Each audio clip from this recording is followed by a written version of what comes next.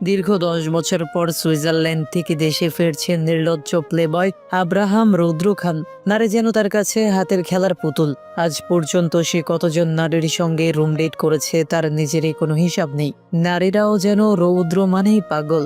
এর পেছনে দুইটি কারণ রয়েছে। এক, রৌদ্র দেখতে এতই আকর্ষণীয় যে একবার দেখলেই মেয়েরা আর অন্য কারো দিকে তাকাতে চায় না।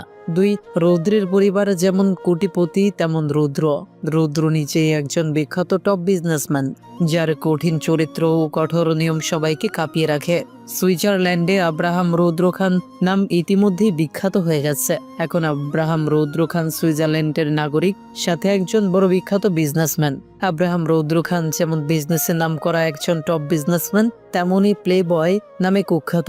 তার জীবন দুই দিকেই একরকম উন্মাদ। একদিকে ব্যবসার জগতে কোটিপতি হিসেবে শীর্ষে থাকা, আর অন্যদিকে নারীদের জীবনকে খেলাধুলার মতো উপভোগ করা। খান বাড়িতে যেন উৎসবের আয়োজন চলছে। কতদিন পর খান বাড়ির বড় উত্তরাধিকারী বাড়ি আসছে।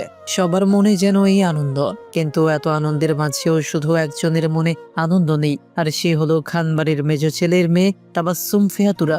ছোট সময় রৌদ্রের সাথে ধাক্কা লাগায় কি থাপ্পড়টায় না দিয়েছিল, একদম দাঁত নড়ে গিয়েছিল। আজ সেই দাঁত নড়ার ব্যথা যেন জাগ্রত হচ্ছে এমন মনে হচ্ছে। তাবাসসুম মনে মনে ঠিক করে নিয়েছে রৌদ্র বাড়িতে আসলে রুম থেকে বের হবেই না। আব্রাহাম রৌদ্র খানের বাবা আনোয়ার খান, তার দুই ভাই আশিক খান আর আরিফুল খান। আনোয়ার খানের সন্তান আব্রাহাম রৌদ্র খান বড় ছেলে, আর আরশিক ছোট মেয়ে। আশিক খানের মেয়ে তিথি আর তোরা। আরিফুল খানের সন্তান আয়ান বড় ছেলে, আর আরফাত ছোট মেয়ে। এয়ারপোর্ট থেকে বের হলো আব্রাহাম রৌদ্র খান। রৌদ্র উচ্চতা 6 ফুট 1 ইঞ্চি, দুধের মতো ফর্সা শরীর, নানা জায়গায় ট্যাটু, হাতে ব্যান্ডের ওয়াচ, জিম করা মাসল, দৃঢ় শরীর, পরনে সাদা শার্ট, নীল জিন্স, কালো জ্যাকেট, চোখে সানগ্লাস। রৌদ্র জ্যাকেট কাঁধে ঝুলিয়ে বাঁ হাত দিয়ে সুটকেস ধরে এয়ারপোর্ট থেকে বের হলো। বের হতেই দেখলো পুরো পরিবার দাঁড়িয়ে আছে। রৌদ্র এগিয়ে এসে আনোয়ার খানকে জড়িয়ে ধরে বলল, হাই ড্যাড, কেমন আছো? আনোয়ার খান রৌদ্রকে জড়িয়ে ধরে বললেন, আমি ভালো আছি মাই সান, কিন্তু এখন আরো ভালো হয়ে গিয়েছি সন্তানটাকে কাছে পেয়ে। পাশ থেকে তিথি ভিজলে বলল, রৌদ্রদা, তোমাকে তো একদম বিদেশি বেড়াদের মতো লাগে। বাংলাদেশে আসার আগে একবার বাঙালি হয়ে তো আসতে পারতে, যেমন ধরো ধুতি লুঙ্গি। বাকিটুক বলতে পারলো না। রৌদ্র থামিয়ে তিথির কান মুচড়ে ধরে বলল, আর এর সাথে তোর কানটাও মুচকানো দরকার। তিথি কান ছাড়াতে বলল, আহ রৌদ্রদা, লাগছে, ছাড়ো বলছি। সকলেই দুজনের কাণ্ড দেখে হেসে উঠল। রৌদ্র সবার সাথে কথা বলল, তারপর নিজে একান্ত প্রাইভেট কারে চলে গেল। কিছু দূর আসার পর কাউকে ফোন করলো। ফোনের উপাস থেকে মেয়েলি কণ্ঠ ভেসে এলো, hello baby, how are you? Hey baby, Bangladesh. Really? Let's meet later. আমি বাসায় যাচ্ছি।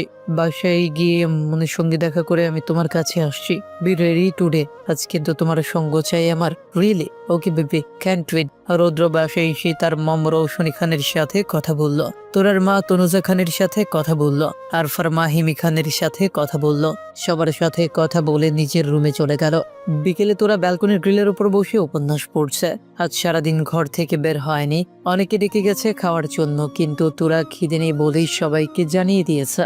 বাতাসে তোরার লম্বা লম্বা চুল হালকা হালকা উঠছে। তোরা দেখতে একদম পরীর মতো, হলুদ বর্ণের গায়ের রং, হরিণের মতো টানা টানা চোখ, যেন কোনো আদর্শ পরী। সূর্যের আলোয় তার চুল ঝলমল করছে, আর পাশের বাগানের পাতারা যেন তার দিকে তাকিয়ে শান্তির সুর গাইছে।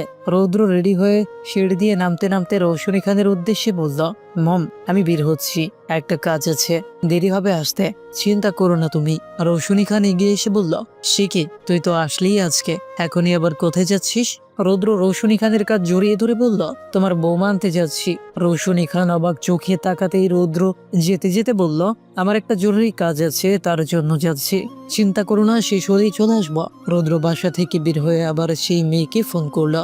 ফোন কানে ধরে গাড়িতে উঠলো, গাড়ি চালাতেই শুরু করলো। ঠিক তখনই রৌদ্রের চোখ পড়লো একটা ব্যালকনির দিকে, যেখানে এক মেয়ে বসে আছে। তার লম্বা লম্বা চুল এলোমেলো ভাবে উঠছে, পেছনের দিকে দেখা যাচ্ছে গায়ে কাঁঠালি রঙের চুড়িদার, এক মুহূর্তে রৌদ্র থমকে গেল। এমন কেশবতী মেয়ে, তাও তাদের বাড়িতে। কি এই মেয়ে? রৌদ্র জীবনে মনে হয় না এমন চুল আর কখনো দেখেছে। পরক্ষণে রৌদ্র নিচে নিচে ভাবলো, যেই হোক তাতে আমার কি। রৌদ্র আর কিছু না ভেবে ধীরে ধীরে বাড়ির গেট দিয়ে বেরিয়ে গেল। রাস্তায় হাওয়ার ছোঁয়া তার চুলে খেলছে। গাড়ি চলতে চলতে শহরের রূপছা, গাছপালা আর পাশে সবকিছুর সঙ্গে মিলিয়ে যেন পুরো দৃশ্যটি এক ধরনের উত্তেজনা ও অদ্ভুত আকর্ষণ নিয়ে তার মনে জমে উঠল।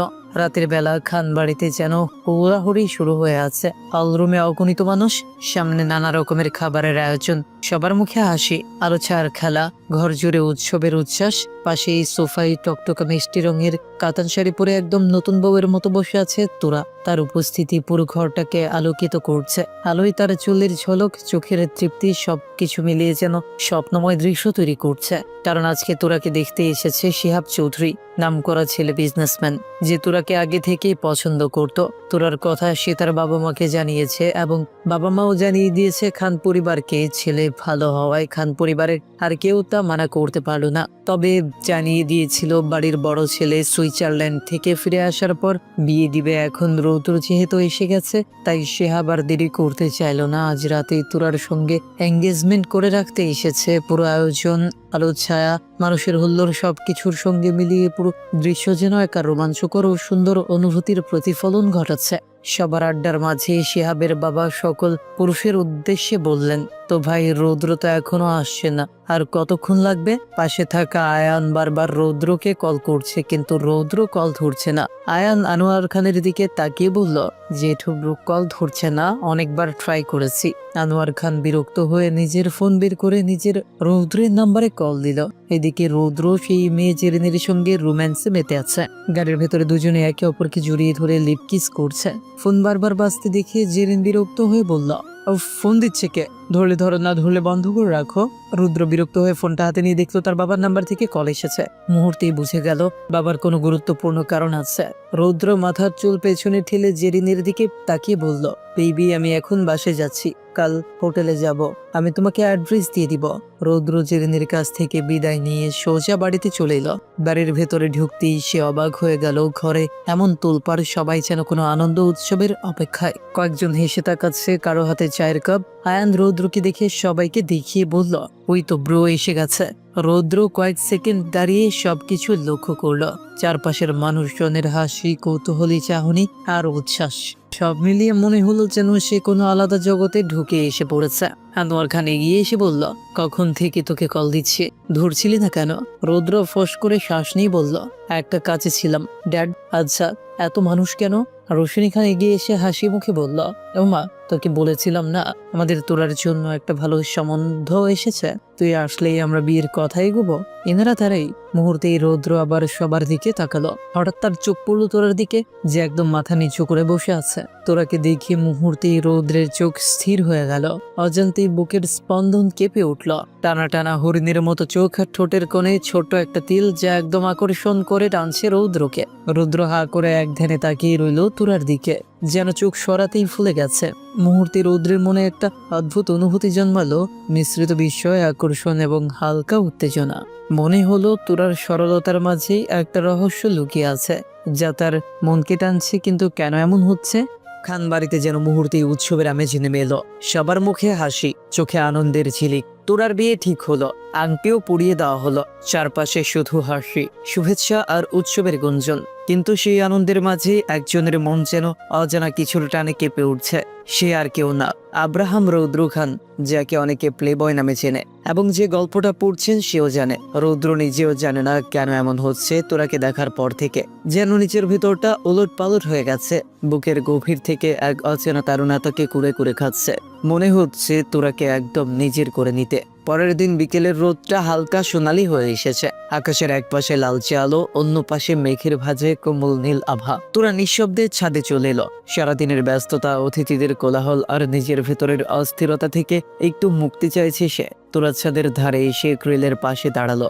দূরে পাখিরা জোড়ায় উড়ছে, বাতাসে গাছের পাতা মৃদু সরে নড়ছে। সবকিছুতেই যেন একটা শান্ত ছোঁয়া। তোরা গভীর শ্বাস নিল, যেন নিজের মনটাকে একটু হালকা করে নিতে চায়। বাতাসে তোরার চুলগুলো এলোমেলো হয়ে উঠছে। সূর্যের শেষ আলো চুলের আগায় লেগে ঝিলিক দিচ্ছে, যেন আলো আর বাতাস মিলে তার চারপাশে এক নরম পর্দা বুনছে। পরনে জলপাই রঙের কামিজ, হালকা কাপড়টা বাতাসে দুলে উঠছে, তাকে যেন আরো নিরীহ, আরো মায়াময় করে তুলেছে। রৌদ্রের ফোনে নেটওয়ার্ক পাচ্ছিল না, তাই অফিসের গুরুত্বপূর্ণ কল ধরার জন্য ছাদের দিকে পা বাড়ালো। সুইজারল্যান্ড থেকে কল এসেছে অফিসের নতুন প্রজেক্ট নিয়ে আলোচনা করার কথা। কাজের তাগিদেই ছাদে উঠে ফোন কানে ধরল সে, কিন্তু কথা শুরুর আগেই তার চোখ হঠাৎ থেমে গেল। ছাদের কিনারায় যেখানে এক মেয়ে দাঁড়িয়ে আছে, বাতাসে তার লম্বা চুলগুলো পাগলের মতো উঠছে। সূর্যাস্তের শেষ আলো চুলের ডগায় পরে সোনালী রঙে ঝলমল করছে, যেন বিকেলের নরম আলোয় কেউ তার চারপাশে সোনার আবরণ বুনে দিয়েছে। রুদ্রর চোখ বিস্ময়ে থমকে গেল, পেছন দিক থেকেও চিনতে একটু ভুল হলো না, ওটা যে তুরা। সে অবাক হয়ে তাকিয়ে রইল। এই মেয়েটাকে তো সে ছোটবেলা থেকেই দেখে আসছে, পরিবারের মতো ঘরের একজন সদস্য হিসেবে। তাহলে আজ কেন মনে হচ্ছে তোরা যেন নতুন কেউ? কেন তার বুকের ভেতরটা অদ্ভুতভাবে কেঁপে উঠছে? বাতাসে প্রতিটি ঝাপটা, তোরার চুলের প্রতিটি নড়াচড়া, এমনকি তার নিঃশব্দ দাঁড়িয়ে থাকার ভঙ্গিটাও আজ রৌদ্রের মনে অচেনা আলোড়ন তুলছে। রৌদ্র নিচের মনকে বোঝাচ্ছে এটা শুধু মুহূর্তের ভুল, হয়তো সামান্য মোহ, কিন্তু যত বোঝাতে যায় ততই মনে হয় কিছু একটা ভেতর থেকে টেনে ধরছে। ফোনের ওপাশে কেউ কথা বলছে, কিন্তু রৌদ্রর কানে কিছুই পৌঁছচ্ছে না। তার চোখ আর মন পুরোপুরি বন্দি তুরার সেই স্নিগ্ধ অবয়বে। রৌদ্র ভাবতে থাকে, এটা কি কেবল তার নারী নেশার স্বাভাবিক অংশ, নাকি তুরা সত্যিই তার হৃদয়ের কোথাও গভীরে ছোঁয়া দিয়ে গেছে? সে তো অনেক মেয়ের সঙ্গে ছিল, অনেক হাসি, অনেক সম্পর্ক, কিন্তু কোনো মুখ, কোনো চোখ তাকে এমনভাবে নীরব করে দিতে পারেনি যেমনটা তুরা করছে। রৌদ্রর বুকের ভেতর কেমন অচেনা ধুকপুকানি, চোখ সরাতে চায় কিন্তু পারে না। তোরা যেন এই বিকেলের পুরো আলোটা নিজের চারপাশে টেনে নিয়েছে, আর রৌদ্র শুধু তাকিয়ে আছে নিঃশব্দে, হারিয়ে গেছে এক অজানা আকর্ষণের ভেতরে। তোরা কিছুক্ষণ ছাদের ধারে নিঃশব্দে দাঁড়িয়ে থাকলো। বাতাসে উড়তে থাকা নিজের চুলের মাঝেও যেন সে কিছু একটা ভাবছিল, নিজের মনের অস্থিরতা, অজানা কোনো অনুভূতি হয়তো। কিছু সময় পর তোরা গভীর একটা শ্বাস নিয়ে ধীরে ধীরে ঘুরে দাঁড়ালো ছাদ থেকে নামার উদ্দেশ্যে, কিন্তু ঘুরতেই তার চোখ আটকে গেল একজোড়া দৃষ্টিতে, যেখানে রৌদ্র দাঁড়িয়ে আছে আর তার দিকেই তাকিয়ে আছে। মুহূর্তেই সময় যেন থেমে গেল, তাদের চোখ একে অপরের সঙ্গে মিলল, আর সেই মিলনে যেন চারপাশের বাতাস ঘন হয়ে উঠল, নিস্তব্ধতা আরো ভারী লাগতে শুরু করলো। রৌদ্রের চোখে ছিল এক অচেনা অস্থিরতা, এমন দৃষ্টি যা তোরা আগে কখনো দেখেনি। আর তোরা তাকাতেই তার ভেতরটা যেন কেঁপে উঠল, আত্মা ছাদ করে উঠল ভয়ে, লজ্জায় নাকি অন্য কিছুর টানে সে নিজেও জানে না। এক মুহূর্তের মধ্যেই তার নিঃশ্বাস আটকে গেল বুকের ভেতর। ধুকপুকানি এত বেড়ে গেল যে মনে হলো হয়তো শব্দটা বাইরে বেরিয়ে পড়বে। তোরার সাথে সাথে মাথা নিচু করে ফেললো, যেন দৃষ্টি সরাতে চায়, কিন্তু ততক্ষণে রৌদ্রর চোখে সে পড়ে গেছে পুরোপুরি। তোরা মনে মনে নিজেকে সামলে নিতে চেষ্টা করলো, বুকের ভেতর কেমন যেন কাঁপুনি, তবুও সাহস জোগাড় করলো।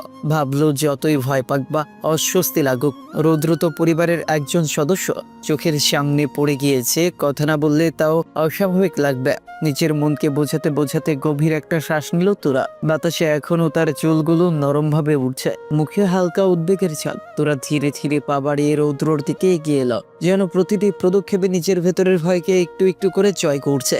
রৌদ্র তখনও তার দিকে তাকিয়ে আছে, চুপচাপ নীরব, কিন্তু চোখে এক অদ্ভুত গভীরতা। তোরা দাঁড়িয়ে থেমে গেল তার সামনে, হাত দুটো মুঠো করে ধরলো, তারপর কাপা কাপা গলায় কথাগুলো বেরিয়ে এলো, যেন শব্দগুলো ভয় পাচ্ছে উচ্চারিত হতে। রুদ্র ভাইয়া কেমন আছেন? শব্দটা বেরোতেই তোরা নিজেই চমকে উঠল। গলার স্বর যেন নিজের কানেই অচেনা লাগলো, বুকের ভেতরটা আরো জোরে ধুকপুক করতে লাগলো। চোখ নিচু করে দাঁড়িয়ে রইল সে। রুদ্রর দৃষ্টি এড়াতে পারলেও তার সামনে দাঁড়িয়ে থাকার সাহসটা যেন আর ধরে রাখতে পারছে না।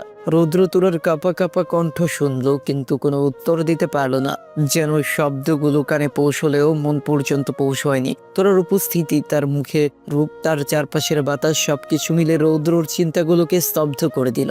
মনে হলো তোরার বলা সেই একটি মাত্র শব্দের নিচে লুকিয়ে আছে এক অদ্ভুত টান, যা তাকে নিজের ভেতরেই বন্দি করে ফেলেছে। তোরা রৌদ্র থেকে মাত্র কয়েক ইঞ্চি দূরে দাঁড়িয়ে আছে, বাতাসে তাদের মাঝের দূরত্বটা যেন অদৃশ্য কোনো স্রোতে কাঁপছে। রৌদ্রর চোখে একটানা স্থির হয়ে আছে তোরার দিকে। তোরার মুখ সেই টানা টানা হরিণের মতো চোখ, আর ঠোঁটের কোণে ছোট্ট সেই তিলটা যেন তোরার মুখে এক অন্যরকম জ্যোতি এনে দিয়েছে। সূর্যাস্তের আলো তোরার গাল ছুঁয়ে যাচ্ছে, তার চোখে ঝিলিক দিচ্ছে একটা নরম লাজুক আলো।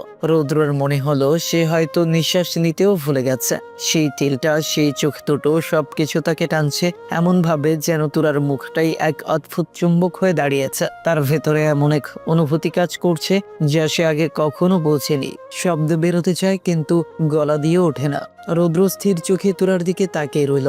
মনে এক অদ্ভুত প্রশ্ন ঘুরপাক খেতে লাগলো, তোরা কি আসলেই এত সুন্দর, নাকি শুধু তার চোখেই তোরা এত অদ্ভুতভাবে মোহময় হয়ে উঠেছে? হয়তো তোরা ঠিক এমনই, হয়তো নয়, কিন্তু এই মুহূর্তে রৌদ্রর চোখে তোরা যেন পৃথিবীর সবচেয়ে কোমল দৃশ্য।